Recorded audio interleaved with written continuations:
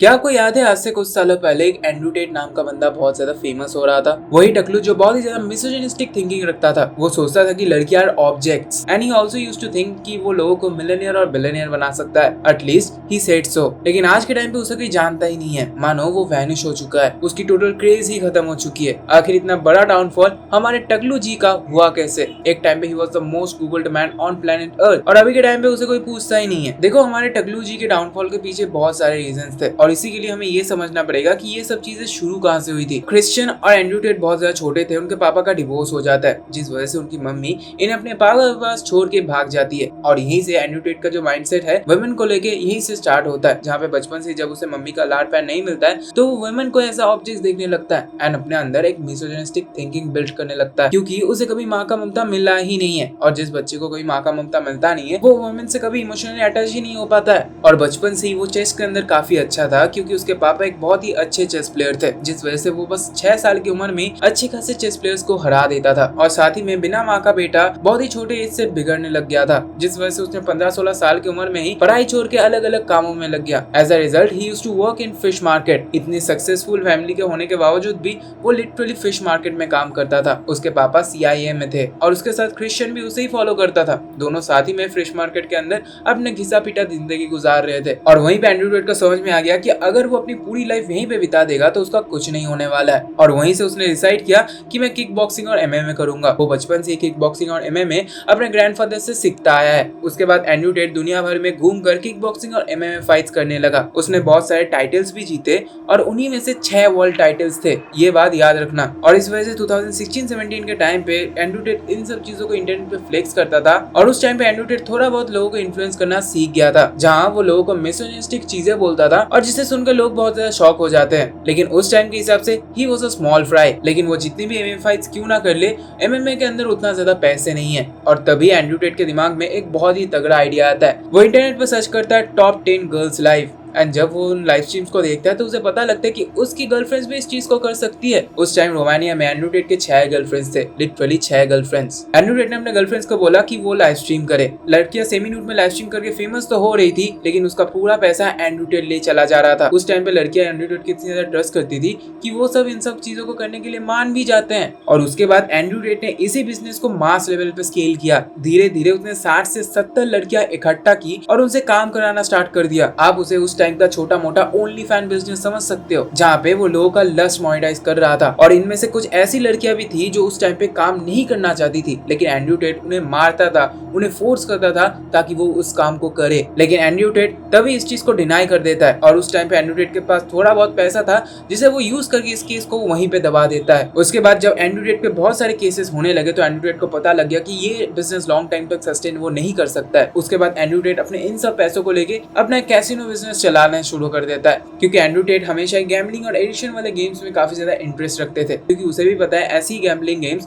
लोगों से पैसे लेकर बहुत ही इजीली मनी बना सकती है। लेकिन तभी 2020 में लॉकडाउन आ जाता है और टेट का बिजनेस रातों रात लॉस में चला जाता है। लेकिन उस टाइम पे भी एंड्रू टेट अपने जर्नी को इंटरनेट पे पोस्ट कर रहा था, क्योंकि उसे भी पता था कि इंटरनेट पे रीच और सेल्स बहुत इजीली मिलता है। लॉकडाउन के बाद सब लोग घर बैठ जाते हैं और उसी टाइम एंड्रू टेट के दिमाग में एक बहुत ही अच्छा आइडिया आता है कि अगर उसे फेमस बनना है तो उसे कुछ बोल्ड करना पड़ेगा। और उस टाइम पे कुछ यूट्यूबर्स ऐसे मिसोजिनिस्टिक थिंकिंग को लोगों तक फैला रहे थे और एंड्रू टेट उन्हीं से इंस्पायर्ड लेके अपने आप को एक अलग ही स्टाइल में लोगों के सामने पोर्ट्रे करता है। बाकी यूट्यूबर्स तो एक कैरेक्टर प्ले करते थे, लेकिन एंड्रू टेट सच में बातों को अपने अंदर से निकालता था, क्योंकि वो अंदर से एक सच में मिसोजिनिस्टिक इंसान है और वो ओपनली फीमेल्स को ऑब्जेक्टिफाई एंड स्लेव वगैरह बोल देता था, जिसे देख के कुछ बच्चों के अंदर बहुत ही ज्यादा टेस्टोस्टेरोन बढ़ जाता था। और जो लोग एंड्रू टेट को ट्रोल करते थे, एंड्रू टेट उन्हें अपना लग्जूरियस लाइफस्टाइल दिखा के उनका मुंह बंद कर देता था। क्योंकि आप ही खुद इमेजिन करो, अगर आप किसी इंसान को उसके मिसोजिनिस्टिक थिंकिंग के लिए उसे ट्रोल कर रहे हो और वो आपके मुंह पे पैसा फेंक के मारता है कि देख मेरे पास इतना पैसा है, तो आप भी कहीं ना कहीं उसका फैन हो जाओगे, क्योंकि आपको भी लगेगा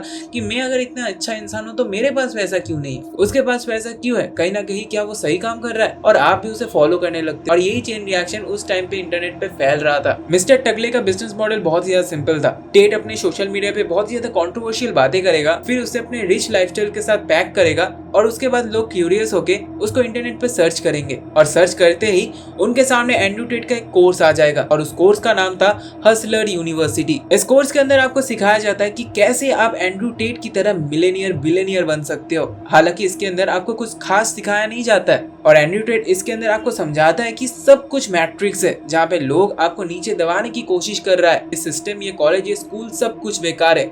आप बस एंड्रयू टेट को पैसा दो, वो आपको मिलेनियर बना देगा। और उसकी फेवरेट लाइन क्या थी पता है? गवर्नमेंट हम सबको कंट्रोल कर रही है और इसी वजह से तुम आज पोर हो। और जब ऐसी बात कोई भी करता है ना, तो आप ही खुद इमेजिन करो, अगर अभी के टाइम पे आपके पास पैसे नहीं है और आप 15-16 साल के हो और आप अपने सामने देखते हो कि कोई बंदा बुगाटी चिरोन लेके भाग रहा है, तो आपको भी कहीं ना कहीं लगे आना कि अगर मैं थोड़ा सा पैसा देके इतनी अच्छी चीजों को पा सकता हूँ तो मैं क्यों ना ट्राई करूँ। और यही सब चीजें करते करते एंड्रयू टेट उस टाइम पे $11 मिलियन हर मंथ कमा रहा था। सब कुछ सही चल रहा था, लेकिन एंड्रयू टेट बड़ी छलांग लेने की वजह से और भी ज्यादा कंट्रोवर्शियल स्टेटमेंट्स पास करने लगा और यहीं पे एंड्रयू टेट को लगभग हर एक सोशल मीडिया प्लेटफॉर्म से बैन कर दिया गया। रीजन था उसकी मिसोजिनिस्टिक थिंकिंग और कंट्रोवर्शियल स्टेटमेंट्स। और इसका बहुत बड़ा रीजन था कि उसका रियल ऑडियंस ना 9 से 10 साल के बच्चे थे, क्योंकि 16 से 17 साल के लड़के ऑलरेडी समझ चुके थे कि ये बंदा कुछ ना कुछ स्कैम चला रहा है, क्योंकि ये बंदा कभी भी अपने रियल बिजनेस मॉडल को किसी के सामने रखता नहीं था। हमेशा बस अपने रिच लाइफस्टाइल को पैक करके लोगों को बेचता था और बस इनसे जो इन्फ्लुएंस हो रहे थे वो छोटे छोटे बच्चे थे, जिन्हें लगता था कि इस दुनिया के अंदर रिच बनना बहुत ज्यादा इजी है। और इसी वजह से अलग अलग प्लेटफॉर्म्स और कम्युनिटीज ने मिलकर एंड्रयू टेट के आईडीज को बैन कर दिया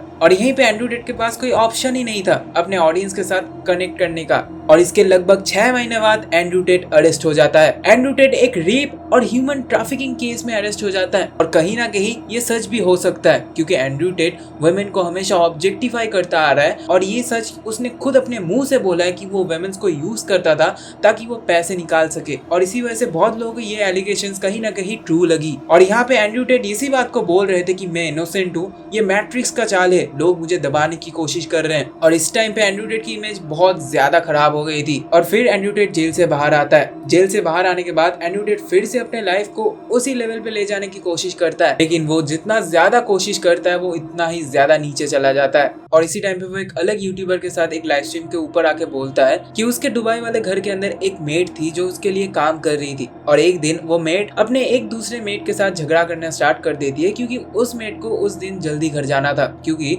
उसका बेटा बीमार था। अब वो लोग आपस में लड़ रहे थे, इसीलिए एंड्रयू टेट वो रूम से बाहर आके बोलता है कि maids are only like this, they are like fucking host. और वो सिर्फ मेड्स को ही नहीं, बाकी लोग जो उसके लिए काम करते हैं उनको रेस्पेक्ट नहीं करता है, उन्हें लिटरली वो स्लेव्स बुलाता है और ये सब चीजें वो अपने मुंह से बोलता है। देखो इंटरनेट के ऊपर आपको ऐसे बहुत सारे मिलेनियर्स मिल जाएंगे, लेकिन इसके तरह ही एक और मिलेनियर है जिसका नाम है इमरान गाजी करके। वो बंदा इतना ज्यादा पोलाइट है और मुझे लगता है कि वो बंदा सच में मिलेनियर है। वो बंदा लिटरली छोटे से छोटे बंदों के साथ हैंडशेक करता है, उन्हें रिस्पेक्ट देता है। और एंड्रयू टेट का पर्सनालिटी कुछ ऐसा है कि वो सबको फील कराना चाहता है कि आप उससे इंफीरियर हो। उसके पास हर प्रॉब्लम का एक सोल्यूशन होता है, लेकिन इन रियल लाइफ वो कुछ कर नहीं पाता है। और एंड्रयू टेट दोबारा अपनी इमेज को रिबिल्ड करने के लिए फिर से एमएमए फाइट के लिए रेडी हो जाता है, लेकिन इस बार वो बुरी तरीके से हारता है। लिटरली उसका जो अपोनेंट था वो पिंक कलर का ग्लव्स पहना था और उसके बाद एंड्रयू टेट इस डिफीट को जस्टिफाई भी करता है कि उसका ओपोनेंट उसे 20 किलो हेवियर था एंड वो लगभग 10 साल से ट्रेन नहीं कर रहा है, वो 10 साल पहले रिटायर हो चुका है। लेकिन लोगों को उसकी बात लिटरली कोपिंग लगी, क्योंकि आप ही खुद इमेजिन करो, अगर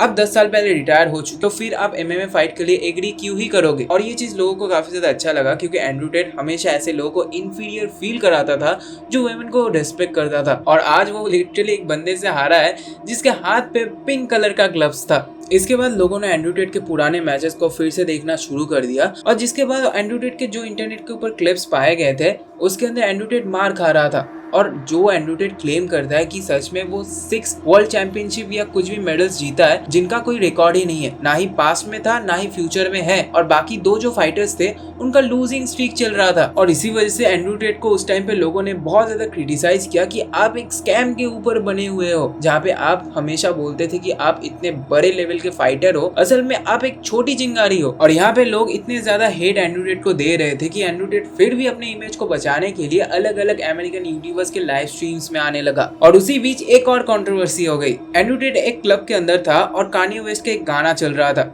जिसके अंदर हिटलर का मेंशन था और वो गाना हमेशा हमेशा रिपीट में ही चल रहा था और एंड्रू टेट वहां पे प्रेजेंट था। इसीलिए लोगों ने एंड्रू टेट को बहुत ज्यादा ट्रोल किया कि आप ऐसे गानों के ऊपर कैसे मून कर सकते हो, और ये चीज चली रही थी।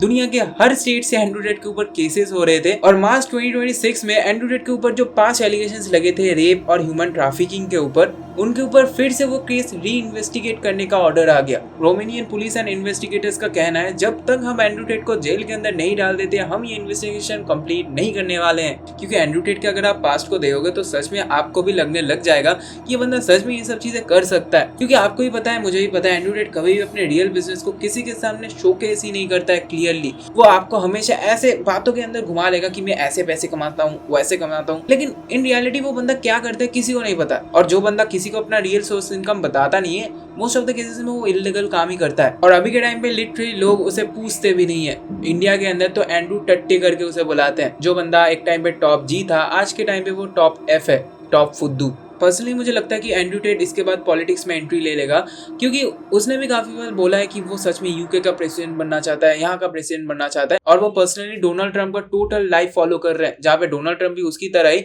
जब वो पॉलिटिशियन नहीं थे अपना जो इमेज है उसे बिल्ड कर रहे थे, और वो अचानक से इलेक्शन जीतते हैं और वो जीत जाते हैं। और मुझे भी लगता है कि ये एंड्रू टेट का एक मार्केटिंग स्ट्रेटेजी है। अगर आपको ये वीडियो अच्छा लगे तो एक लाइक जरूर से करके जाना एंड कमेंट्स में जरूर बताना आपका क्या ओपिनियन है। मिलते हैं कल।